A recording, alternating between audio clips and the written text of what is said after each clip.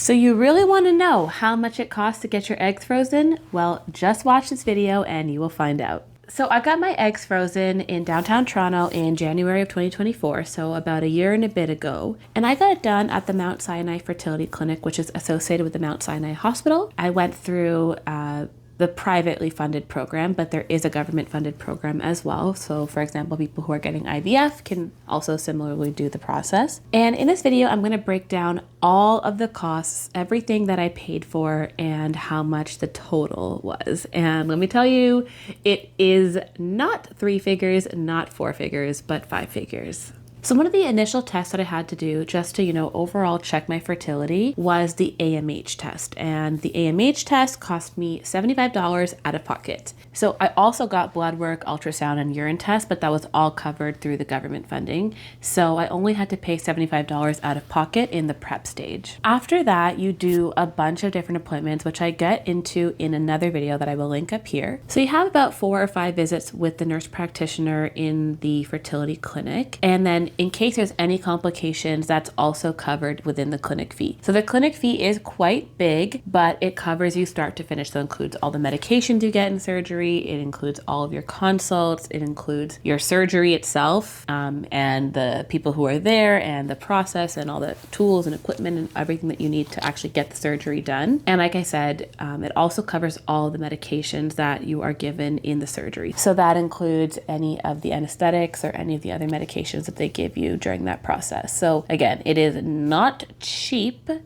but it covers you from A to Z. It also covers you in case there are any complications after your surgery. If you need to see the doctor, you need to do anything, any additional kind of like health related things, that also covers that.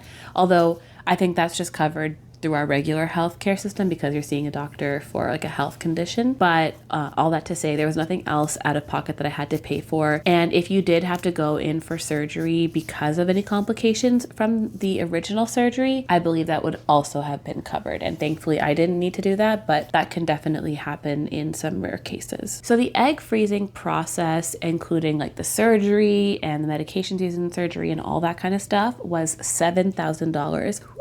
Not cheap. On top of that, there is a storage fee and that's due annually. So it's $480 a year. And so you pay that up front for the following year and then kind of on a cycle. So add 480 to the 7,000 and that's kind of how much the process costs for like that portion of it. Then there's the pre-work, which was $75, and then there's the medications. So the medications, I had to pay for 4 different medications. The first one was Gonal F, the second one was Orgalutron, the third was Superfact, and the fourth was Pregnil. So for the Gonal F, I got 4 boxes. I ended up actually not needing all the boxes, but I had already paid for it and I couldn't return it. So I actually overpaid a little bit for that, which is just kind of unfortunate. But I got 4 boxes of Gonal F, which equaled $2,132. $2,132. Let me just rewind that. I feel like I said that way too casually. $2,132. And then the 4 doses of the Orgalutron was $466. For the Superfact, it was $93. And for the Pregnil, it was $27. So in total, $2,719 on medication. And that's also a lot of money. But I guess you gotta do what you gotta do. So all in all, when you take in the AMH, the process, the storage, the prescriptions, and all of those fees combined, it cost me a grand total of $10,274. Wow.